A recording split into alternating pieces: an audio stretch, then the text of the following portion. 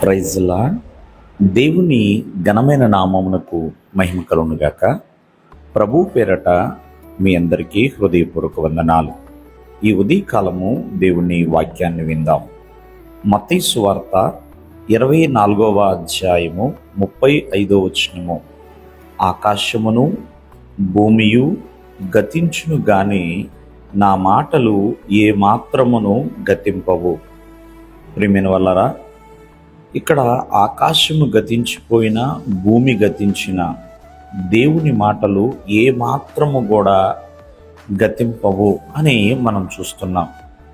జాగ్రత్తగా ఆలకిస్తే ప్రియమైన వల్లరా, ఎందుకు దేవుని మాటలు గతింపవు, ఎందుకు అలా నిలిచి ఉంటాయి, దేవుని మాటల యొక్క ప్రత్యేకత ఏముంది అని ఆలోచన చేస్తే ప్రియమైన వల్లరా, ఒకసారి ఆలకిద్దాం.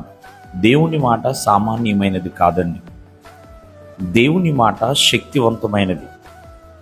ఆయన మాట చొప్పున ఈ సృష్టిని మొత్తము కూడా ఆయన సృజించాడు. ఆకాశమైనా భూమి అయినా ప్రియమైన వల్ల సూర్య చంద్ర నక్షత్రాలైనా జంతువులైనా చెట్లైనా సమస్తమును కూడా దేవుని మాట చొప్పునే. ఆయన మాట చొప్పున ప్రియమైన వల్లరా, మరి ఎంతోమంది కూడా సొమ్మసిల్లిపోయిన వారు కూడా లేవనెత్తబడ్డారు. ఆయన మాటలో జీవము ఉన్నదండి. అది జీవము కలిగిన మాట. కాబట్టి ఎంతోమంది చనిపోయిన వారు కూడా తిరిగి లేపబడ్డారు దేవుని మాటతో. లాజరు బయటికి రమ్మను అని పిలవగానే లాజరు బయటకు వచ్చాడు. దేవుని మాటలో జీవం ఉన్నది. దేవుని మాటలో శక్తి ఉన్నది. దేవుని మాట సామర్థ్యము కలిగిన మాట ప్రియమైన వల్లరా. సామర్థ్యం ఉన్నది ప్రియమైన వల్లరా.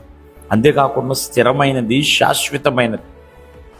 మరి అటువంటి మాట ఎంతో ఎంతో ప్రత్యేకమైనది కాబట్టి అవి నిలిచి ఉంటాయండి.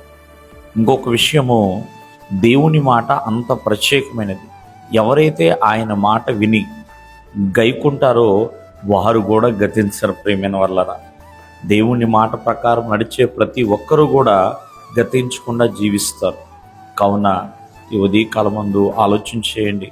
దేవుని మాట అంత శక్తివంతమైనది కాబట్టి ఆ మాటను వినాలి, ఆ మాటను స్వీకరించాలి, ఆ మాట ప్రకారము నడుచుకునే వారిగా ఉండాలి. దేవుడు మిమ్మను ఆశీర్వదించును గాక. ఆమేన్.